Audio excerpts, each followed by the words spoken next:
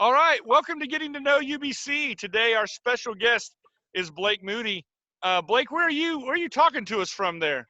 I am actually sitting in my man cave, Mr. Dunn, where I spend a lot of my time when I'm at home. All right. Speaking of being at home, you're at home for a lot of the reason that many of us are. How is the pandemic affecting your family and affecting your job? For those who don't know, Blake is the superintendent of North Rock Creek School. So how's all that going?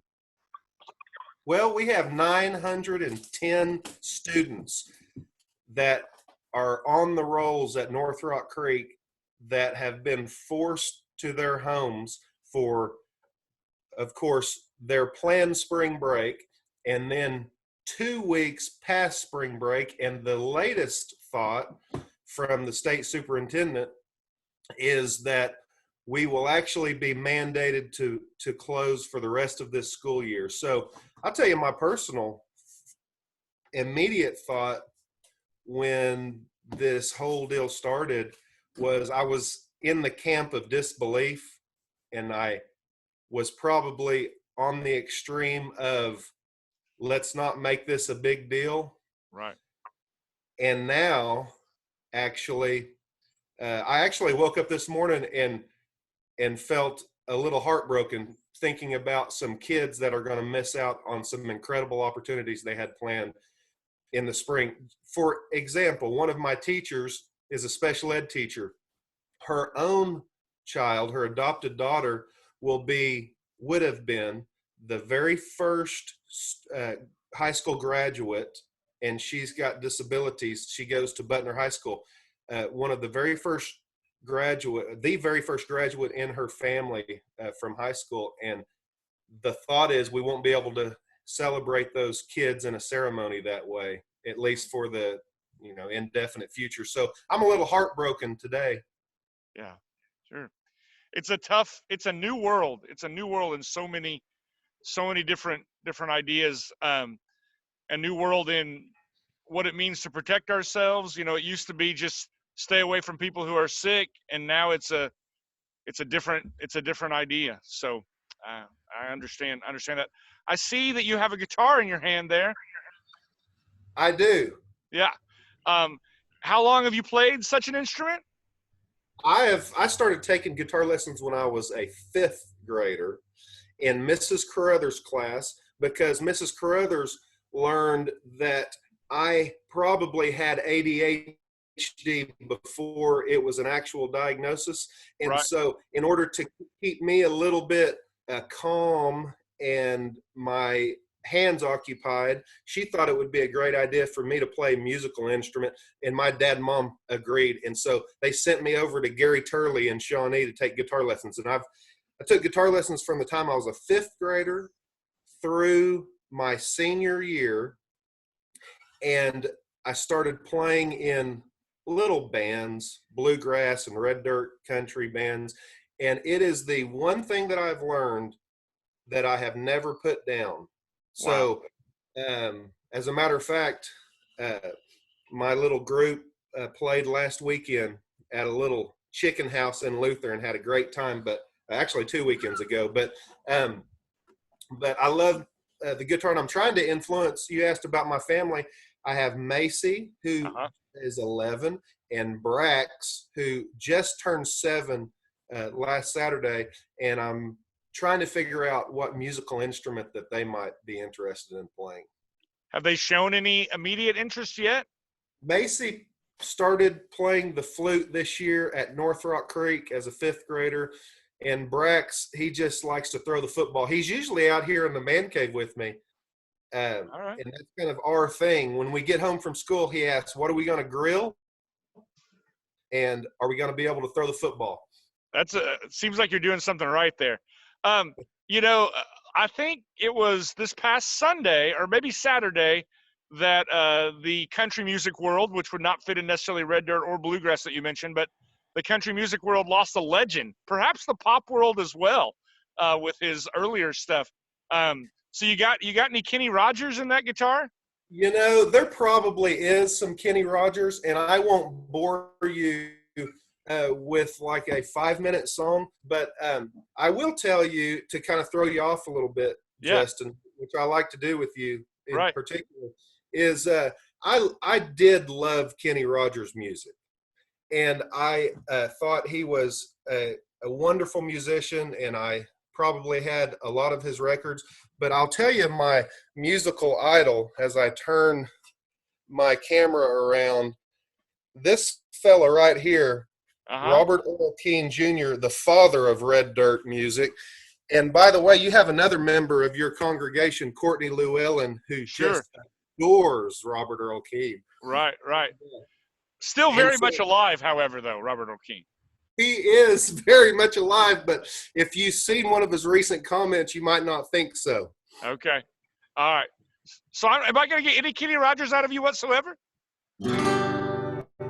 You picked a fine time to leave me, Lucille, with 4 hungry children and a crop in the field. That's all you get for now. Well, that is the best you could possibly give me, because one of my favorite things about country music, and in particular Kenny Rogers perhaps, is the ability to rhyme words that should not rhyme, such as Lucille and field. That's right. I really much appreciate that. All right, with such a long relationship with the guitar, and that wonderful line that you said, the one thing you've learned that you've still haven't put down, that's pretty good. Um, that might be a song, actually. I Uh, think I'll write it this evening. I think you should. How the little I know about music could fit in a very, very tiny container, but I know that being in tune is important. So, on a scale of 1 to no bother at all to 10 to you just can't live with it occurring, how bothered are you by your instrument being out of tune, and or by hearing other instruments out of tune? I play with a 4-piece band. Right? And if one string of one instrument of those 4 pieces are out of tune, it throws the whole thing off. Hmm. It's a terrible thing to be out of tune, even a single string, because a trained musician can hear it. And you've Okay. got some unbelievable musicians there that I listen to every Sunday in your congregation, and those guys would agree with me on that. All right. So, in making the pastoral pivot, that's what we call these. That's the buzzword for what we're about to do here. In Well making the done. in making that pastoral pivot, you wear lots of hats, figuratively and literally, as you have one on now, as in educational leadership, and in partnering leadership with your wife at home and different areas. How important is it for you to be in tune with the people around you, and what kind of things affect that, and how have you learned to recalibrate when those are out of tune? I tell you this, a forced shutdown that's sat me at home for the last several days, where me and Ashley and the kids are together, has been different for me Right. in the way that I'm used to being at the schoolhouse all the time, evening activities. The family is a part of that, but because Macy is involved at school, Brax is involved at school, Ashley is a teacher, a math teacher, and a counselor at North Rock Creek. Right. But us being together here, it's um, from my perspective allowed me to focus on the things that I should probably prioritize and focus more on, which is being in tune with my family, and we've been able to do that the last couple of weeks now. Great. And how in the area of following or being led, how distracting or upsetting is it when, say, your pastor is so out of tune that he messes up your daughter's last name when he's baptizing her? It endears me more to you, Justin, because it showed me that Man, this guy is just regular and human, just like the rest of us. I love it. Man, Or what's even better than that is when a pastor, like hypothetically, right? would rip the seam of his pants in front of the entire congregation. Yeah, yeah. Um, that's a good hypothetical. I can't see that actually ever really happening. Um, I like the idea of the being in tune part. Coming into university, you grew up in a different church background, and then you and Ashley um, had an opportunity to be involved in I think a Nazarene church in Choctaw early on in your marriage. Coming into UBC as a family, do you feel in tune with UBC yet? And how do you get there? How do you find your place in a new group like that? I wouldn't have felt as in tune to UBC if it weren't for our Sunday school group that we started interacting with, that Scott Timmons led. We've become friends with those couples. We've got to know their kids. You've got me involved with the 3-year-olds and Yeah, on Sunday mornings, and so um, where me and Ashley probably could be a couple that slip in the back and slip out. Uh, I probably forced myself, and I don't mean to use that harsh word, but forced myself to be more engaged.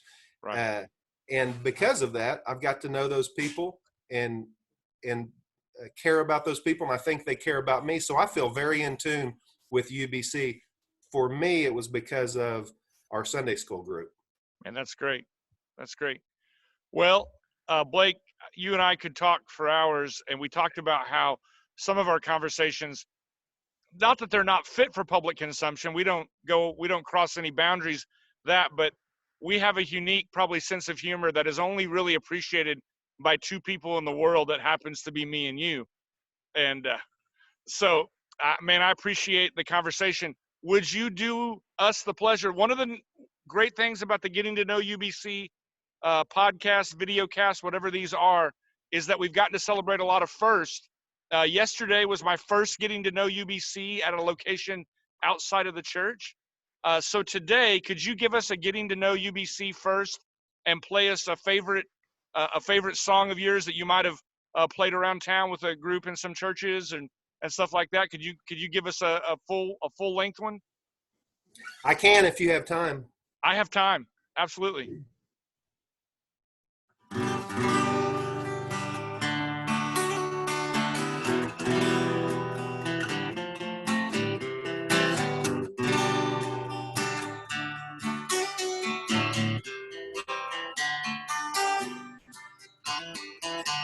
Packed my suitcase, I racked my brain.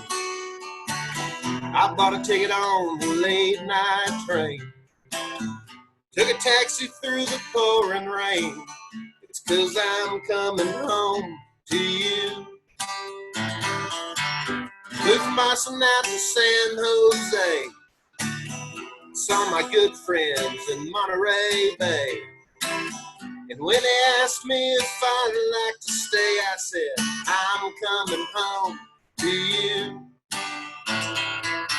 And I'm coming home.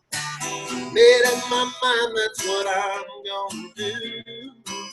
Can't love nobody on the telephone. That's why I'm coming home to you.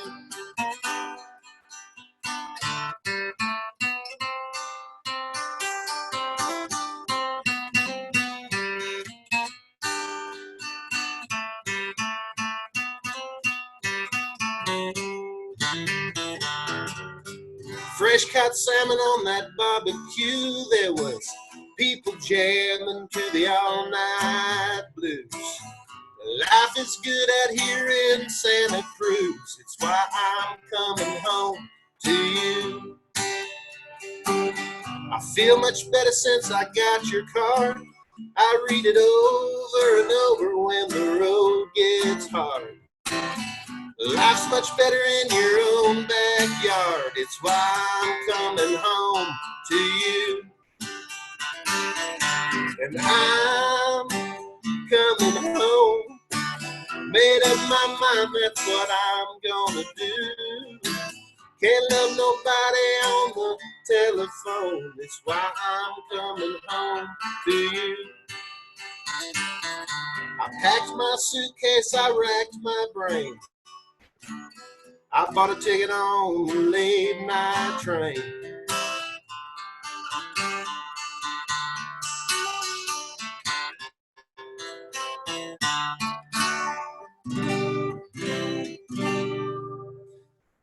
Awesome. Thank you, sir.